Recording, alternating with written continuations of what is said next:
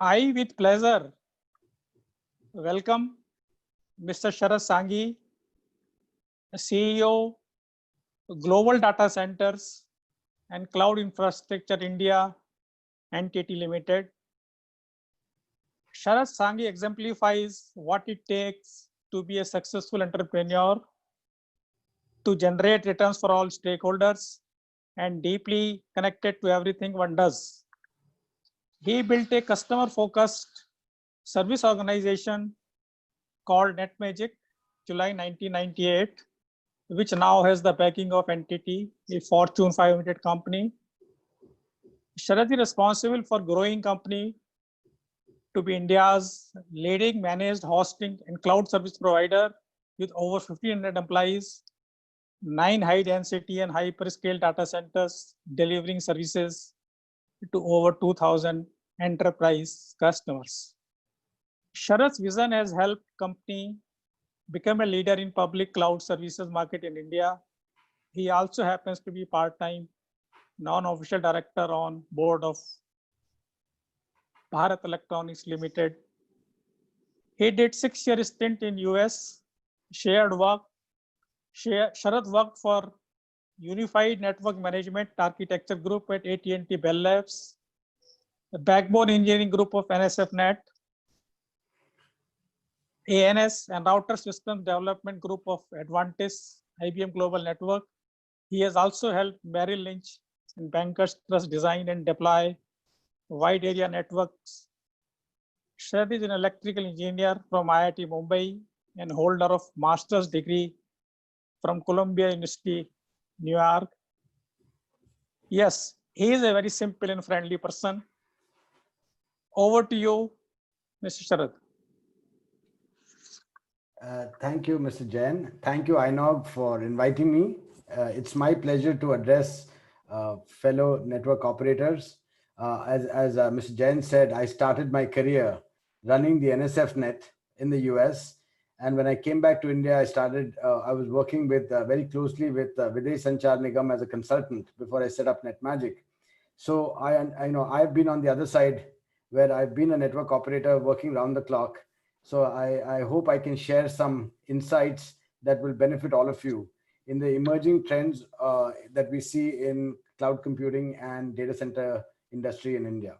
So I will talk a little mostly about India, but wherever possible, I'll also give some global perspective since we have the benefit now of partnering with NTT across the world. So I'll start my presentation now. Yeah, can everybody see it clearly? Sir, yes. Can you? Yeah, okay. So I'll start. So I'll just set the context. I think everybody knows that the India's data revolution is, is leapfrogging the way forward, and this is old data. This is up to 2019. I think after the Corona situation, this will grow even faster. Right? India has the second highest share of world's internet users, and this is confirmed by none other than the most famous journalist who writes about internet from Morgan. I think she was earlier Morgan Stanley, if I'm not mistaken, Mary Meeker. And also the wireless internet usage has doubled in the last 3 years. I think Jio has been a very key player in advancing that. Of course, Airtel and others have also done a great job there. And with most 66% of internet population has access to the internet, right? So that's a very healthy trend that we see, and it's possibly even accelerated after the pandemic. There has been explosive growth overall in the internet economy. Digital payments have grown at a CAGR of 61%.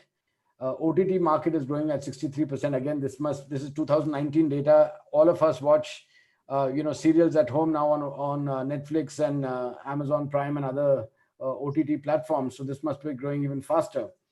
And even India's e-commerce industry is growing, and notwithstanding the 1 or 2 month slowdown because of lockdown, even today now all of us are ordering everything online. So if you look at all these numbers, right, India's internet economy is supposed to grow at become 250 billion by 2020. And this is a really healthy number. And um, yeah, so sorry.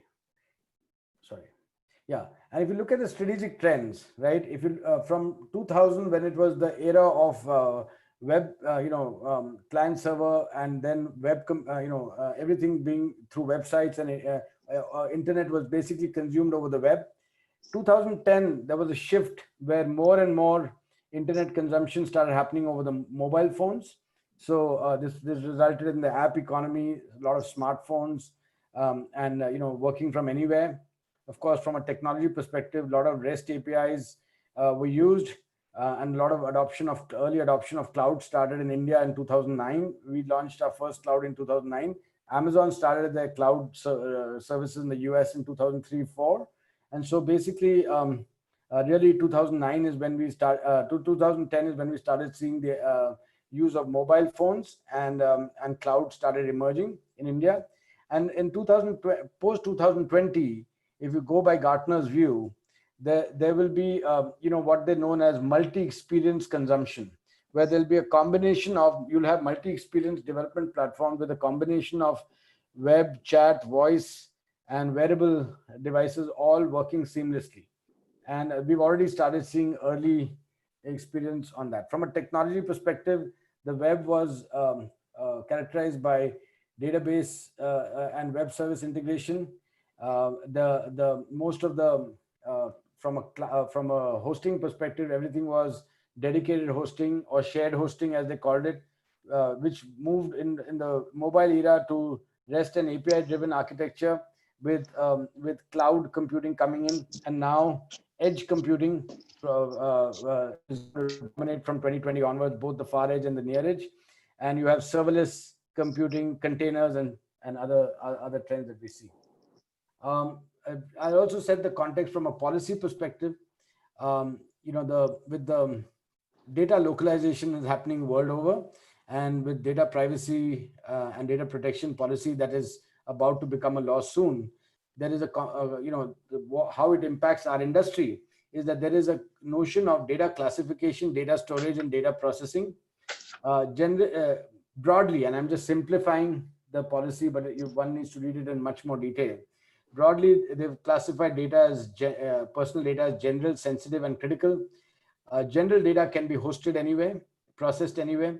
Sensitive data can be hosted in India and processed outside India, and the critical data must be both hosted and processed outside. And the reason this is important is because after this policy started making the rounds, and now that it's going to become an act soon, a lot of the global hyperscalers started coming into India. A lot of global banks, a lot of global payment processing companies started, if they had, let's say, a hub in Asia, in Singapore or Hong Kong, now they started putting their infrastructure in the country. So we've seen a huge growth in the last 5 years, right, of global companies coming and hosting their infrastructure in India. Cloud adoption is fueling growth for hyperscale infrastructure, right? So I will cover just the 3 variants of cloud in a minute, which is software as a service, platform as a service, as well as infrastructure as a service. The compute intensive applications pertaining to data analytics, artificial intelligence, and machine learning.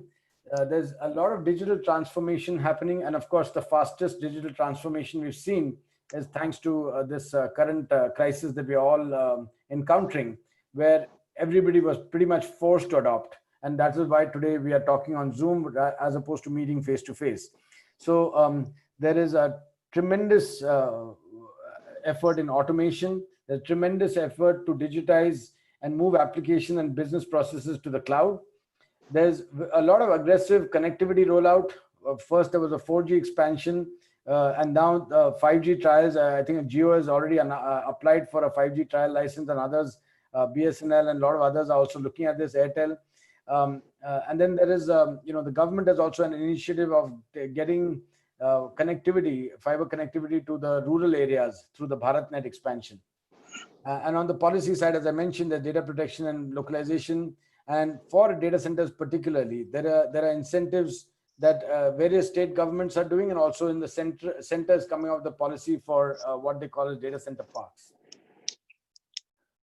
From an infrastructure and application landscape perspective, you have multiple clouds, you have various orchestration layers, and then you have various services, whether it's pertaining, and on the hypervisor front, you have popular hypervisors like VMware or Hyper-V from Microsoft, or containers, right? And then you have various different infrastructure in enhancing platforms like Hadoop for big data, MySQL, MongoDB, Redis, and RabbitMQ. And then you have the the orchestration platforms. You have a platform from PaaS platforms from Salesforce, Oracle, SAP, ServiceNow, and many a host of others. I've not named all. I just named some of the popular ones. And then you have the various cloud providers like Azure, Amazon, Google, NTT, DigitalOcean, Alibaba. All these are all present in India. So this is just the overall infrastructure and application landscape. I think most of you are familiar with some of these, or if not all. If you look at the classification of IaaS, platform as a service, and software as a service, the entire layer, which is from operating system, server, storage, compute, networking, all of that is that is available, that can be consumed as a service, and that is known as infrastructure as a service. This is where most of the typical AWS, Google, Azure, NTT, all of us play in this space. Then, of course, many of these named companies also play in the platform as a service space, where you have basically a platform-based service which allows customers to develop, run, and manage applications without complexity of building and managing the underlying infrastructure. So that is what we call as platform as a service, and that this is a lot of application middleware and management. And this is also Google and Microsoft and Amazon all have services in this space. And then software as a service, which is consuming applications themselves as a service, and that you have Salesforce and many other applications that you see in the service. All these are now prevalent in India, world over. This is the trend going forward, and even in India, you have virtually the leaders in every space, whether it's IaaS, whether it's PaaS, or whether it's software as a service. Almost all these application providers are available in the country. You could always consume them remotely, but now they're all available in the country. So if you look at the key trends in cloud computing, from a technology perspective, you have we talked about edge computing, serverless computing. First, people used to talk mostly about virtual machines and how virtual machines are getting consumed, but now you see the trend moving towards containers, where developers can just move their code in the container, and then it becomes very flexible to use. You have also serverless computing, where you can just deploy code, and the cloud can just do everything else for you. You have edge computing, where especially for latency sensitive applications, you want the edge computing to be as close to the user as possible. So there are two kinds of edges. There's far edge and near edge. Far edge could be right at a mall or a stadium or wherever the user is, for example. The near edge could be closer to in between the far edge where the user is and the main cloud hyperscale data center. And these trends, I think, will be post 2020. In India, you're not seeing so much of edge computing right now. I think there are some early starts that people are doing, early deployments. In the US also, this is relatively recent. There are one or two successful companies, but it's still developing. I think as 5G rolls out, as latency sensitive applications requiring touch and feel and augmented and virtual reality kind of applications start getting more popular, you'll see a lot more of these. On the customer side, as I said earlier, from the web to the mobile and now to immersive experiences, hyper personalized data, the IoT is causing a huge data eruption, and also you have a customer consuming a lot of cloud services, mostly software as a service. From an end user perspective, from a corporate customer perspective, it's all three. And from a data infosec perspective, almost across the world, including India, there's emphasis on data security and privacy, and there are regulations on data localization. And of course, as everybody knows, the business model for cloud is consumption based, and you have accelerated innovation because of the concept of DevOps, where you merge the development teams and operations teams so that you can deploy code much faster. You can develop and deploy. First, there used to be almost a month or 2 months before a new release of software was released. Now people are releasing multiple releases in a week. And of course, the business model is everything is as a service, whether it's storage, whether it's compute, or whether it's network. So you've heard of software-defined networks. You've heard of compute, which is your virtual machines and your containers. And you also have storage as a service. From a revenue perspective, the cloud is growing healthily. I think overall, from $1.9 billion in 2018 is expected to cross $3 billion in 2020, which I'm sure it will, especially after Corona. This is depicting what I talked about edge computing earlier. The different hosted models that you have, where you have on-premise data centers. You could have public cloud infrastructure like Amazon, Google, Azure, or NTT. You could have on-premise, you could have different regions all connected. And then, of course, you have the edge, where you have the far edge, which is closer to the consumer, the main cloud computing data center, and the near edge, which is in somewhere in between. If you look at India's journey in the data center scenario, the early data centers, we started in 2000. I think SIFI started in 2000. There was Videsh Sanchar Nigam Limited. Then in 2002 to 2011, the real enterprise, the benefits of enterprise hosting were realized, and you had a whole host of players, including Reliance Infocom and others, who started offering services. So from 2002 to 2011, it was basically outsourcing, enterprise outsourcing to third-party data centers that we saw. 2011 to 2015, we saw a lot of cloud awareness. I think really 2009 onwards, we saw early adoption of cloud, and 2011 to 2015, cloud became mainstream. 2015 onwards, we've started seeing now people like us and others building hyperscale data centers, and now data center campuses or data center parks. India is really poised for massive growth, because if you look at the per capita consumption, operational square foot per capita, it is nowhere, right? It's just still 0.003 compared to China, which is 0.018, compared to France. Today, although today India is the sixth fastest growing market in the world, but I believe this will become even faster because our per capita consumption is so low that there's a huge room for improvement. India's data center market has doubled since 2013. It is likely to further double in the next 3 to 4 years. It's one of the fastest growing markets in Asia and the sixth fastest globally. And NTT is the third largest player. We've heard that both the number 1 and number 2 players in this space worldwide have also announced plans to enter India. So we'll see a lot of development of data center space in the country, and there'll be good competition, which will be good for the end consumers. So this is just saying the same thing. Significant from a PE investment perspective, there is a huge scope. You have 350 megawatts capacity in 2019, which is going to more than double in 2024. And I think these are conservative numbers. I think it's going to double in 3 years. And almost all the major players are looking at significant PE investment to accelerate their growth. From a core data centers, compute and storage perspective, there are the kind of applications that we see.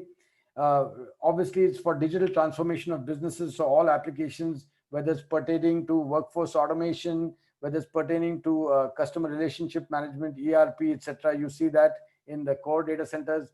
You see a lot of video streaming applications. A lot of OTT players are hosting the core data centers. You see a lot of e-commerce applications, a lot of compute intensive applications fueled by big data analytics and AI and ML, and a whole host of enterprise applications like the ones that I mentioned, which is ERP, CRM, and others. From the edge data centers perspective, we see industrial automation applications, automation applications leveraging AR and VR. For example, there could be an online surgery kind of application. So the far edge could be the hospital, the near edge could be a data center that has the capability of compute, which will enable this online surgery. And then you have retail mobility applications, IoT applications for autonomous cars, connected homes. I think autonomous cars is still a while away from India, although there are some trials that are happening. But I think it'll take a little bit more time in India. But in the US, this has already started happening to a large extent. A lot of pilots happening in the US. There are various blockchain applications and also video and multimedia content access. Because all these are time sensitive, latency sensitive, and so they need to be close to the end user, and that is why these are the case for edge data centers. Again, from a data center parlance, data center customer perspective, first of all, even before I go into that, there are two key lifelines for a data center that everybody knows. Mr. Sharad, sorry to intervene. Yeah, we have only 3-4 minutes left. That's fine, sir. And we do want some questions to be taken up. So sure. Please, thank you. So one more minute and I'll close. We have two main lifelines of the data centers are fiber and power. And in Mumbai, you have the best power, which is why Mumbai is the data center capital of the country. And for fiber, I think all the major metros have good fiber connectivity. But again, Mumbai and Chennai get advantage because of undersea cable. Customer classification very quickly is cloud or born in the cloud companies, enterprise customers like your banks and manufacturing companies. There's government is adopting cloud, and then of course there are the hyperscalers, which are the global cloud providers that are using data center space. So just the last slide. If you see the last 5 years, data center capacity has doubled in India. It's likely to further double, I would say, in the next 3 years. Hyperscalers, these are the different kinds of customers I talked about. The emerging technology, both there are trends that will, with the emergence of 5G, AR and VR, you'll have trends in edge computing starting in India soon. There is 5G will propel the time-sensitive applications and enable the adoption of edge data centers. The demand drivers for cloud computing in India is whether it's regarding IT outsourcing or increased awareness. Now people are more comfortable even from a security aspect. Basically, the consumerization of IT that has happened, the requirement of agility, DevOps, that is all fueling this growth in both cloud computing and data centers. Thank you so much, and sorry for exceeding the time. Thank you very much, Mr. Sharad. On the question and answers, it is now floor is open to all participants. Also, I have some question into the question and answer. Before that,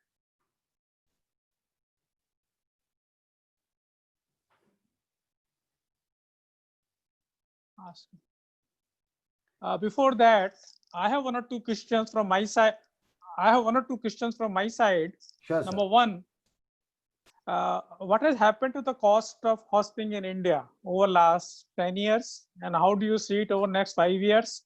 My second question will be on the security, data security and protection.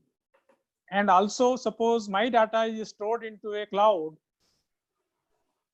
how will my inheritor be able to get it? Thank you very much. And then I have got some other questions. I will take it up after you answer this. Thank you. So I think if we look at the various components of, I'll answer the first question first. If we look at the various components of data center costs, right? There is, you're paying for space, you're paying for power, and you're paying for managed services, and you're paying for network bandwidth, right? So bandwidth prices, everybody know, have fallen drastically over the last 10 years. Now, I remember way back in 2000, a single T1 line or E1 line, 2 Mbps line used to cost 40 lakhs or something. Now you can buy, several gig in that pricing. So bandwidth pricing has come down drastically. Then let's look at the services with more and more automation. Same engineer today, if earlier an engineer could manage say 50 devices, now with more automation being deployed, the same engineer can manage a much more infrastructure. So I would say per unit cost of even managed services come down, but given the complexity in management, one ends up consuming a lot more managed services. So it may not reflect as such, but the per unit price of even that has come down. If you look at space today, see hyperscale facilities with larger space, the overhead that you build in data centers now gets distributed over a larger space. So there is again cost optimization there. However, with hyperscale facilities, if power prices don't come down, then that's a challenge. Now, what all data center providers are doing, and I forgot to mention this presentation, is one of the trends is also sustainability. So a lot of data center providers are providing renewable energy. Thereby, the government is giving incentives to reduce power costs if you adopt renewable energy like solar and wind energy. And so that is what most of us are doing to bring down the power cost. So overall, I would say that, and also with virtualization, you can accommodate a lot more in the same square foot. So if you look at it from a per square foot perspective, I would say it has drastically come down, but obviously the consumption has grown up, so it may not appear that way. That's on the pricing side. Second thing you said about security. So in security, one can, I think depending on the kind of data it is, right? Now, for example, let's say you have some personal data and you want to ensure that this is it's sensitive or it's critical, and you want to ensure it's in India, that can be done. So so any of the global cloud providers are willing to guarantee that because they now have all presence in the country, they're willing to guarantee that the data will be in India. We do it, for example, on NTT. So from a data where the data is hosted, that's not a problem.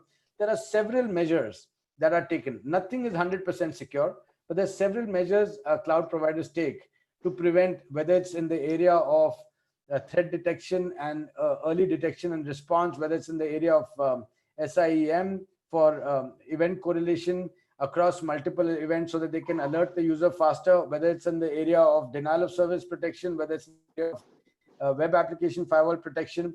There are a lot of data security measures that are cyber security and data center security measures that have been taken to mitigate the risk of an attack. Of course, there's nothing that is 100% secure. You just had a huge attack on Twitter recently. So despite all the best efforts, there's always a constant battle between hackers and service providers. Thank you very much. Now there is a question from Mr. Jagmohan. You have already answered your presentation. What growth you see in data center? There is a question from Mr. Ben Scott. You mentioned subsea cable infrastructure. How do you see the progress on satellite infrastructure to fuel growth from Indian point of view? Mr. Sharad, you have only 30 seconds for this. Thank you. Sure. So undersea cable is something that most people are adopting. I think for remote areas, to access remote areas where fiber is not already present, satellite infrastructure is still used and will continue to be used for some time. But generally for international communication, undersea cable is pretty much now the norm. So there are several cable systems. I remember when I started internet services with Videsh Sanchar Nigam India in the year 98, 2000, that time frame, a lot of India internet bandwidth was using on satellite. Almost entirely it's now moved to undersea cable, but still satellite play a role for within the country communication to remote areas, for factories that are in remote areas. A lot of them still use satellite communication, and that will continue. Thank you very much. There are some more questions where we can provide answers to those audience online or offline. And thank you very much on behalf of myself and program committee to join this keynote session. Thank you very much.